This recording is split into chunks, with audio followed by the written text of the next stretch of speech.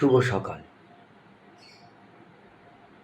শ্রী শ্রী বাবা ঠাকুরের চরণে শতকোটি প্রণাম নিয়ে তারই একটা প্রবচনকে কেন্দ্র করে কিছু কথা। তার প্রবচনকে বিশ্লেষণ করা আমাদের কারোর পক্ষে সম্ভব না। পুকুর মাপার ফিতে দিয়ে কখনো সমুদ্রকে মাপতে যেতেনি। তবু তার কিছু ফলোয়ার্সদের কথা শোনা, তার কিছু বই পড়ে যতটুকু অভিজ্ঞতা, যতটুকু উপলব্ধি হয়েছে সেটাই শেয়ার করা আপনাদের মধ্যে। উনি এক জায়গায় বলছেন, আমি জ্ঞানী হতে চাই না, ভক্ত হতে চাই না। সমর্পণের বিজ্ঞানটা দেখুন, সমর্পণ কীরকম হওয়া উচিত। আমি জ্ঞানী হতে চাই না, ভক্ত হতে চাই না। তোমার জিনিস তুমি নিয়ে নাও বাবা। তুমি দিয়েছ তোমারই দেহ, তোমারই প্রাণ, তোমারই মন, তোমারই বুদ্ধি, তোমার এই অহংকার, তোমার এই চিত্র, তোমারই সব কিছু তুমি নিয়ে নাও। আমার যেন কিছু না থাকে। আরও বলছেন, প্রার্থনা করে বলতে হয় ভগবানের কাছে। উনি বলছেন, এই বাকযন্ত্রের মধ্যে দিয়ে তুমিই বলো, এই শ্রবণ যন্ত্রে বসে তুমিই শোনো, এই রসনাতে বসে তুমিই আস্বাদন করো, নয়নে বসে তুমিই দেখো। এইভাবে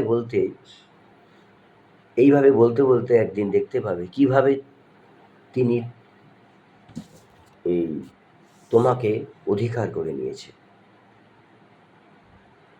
তিনি বলছেন, don't try to understand him, but learn to stand under him first. অর্থাৎ তাকে আন্ডারস্ট্যান্ড করতে যেও না, যদি তাকে বুঝতে চাও তাহলে প্রথমে স্ট্যান্ড আন্ডার, অর্থাৎ যত বড়ই বিষধর সাপ হোক না কেন, যখন তার আশ্রয় ঢোকে সে ফণাটাকে নামাতে হয়। অহংকারীর ফণা থাকলে সে তার আশ্রয়, তার লক্ষ্যে পৌঁছতে পারবে না। দেখুন, ঝড়ের সময় বট গাছ উল্টে যায়, কিন্তু নারকেল গাছকে দেখেছেন, সুপুরি গাছ, ম্যাক্সিমাম সময় ওরা নিজেকে নিচু করে নেয়, নত করে নেয়।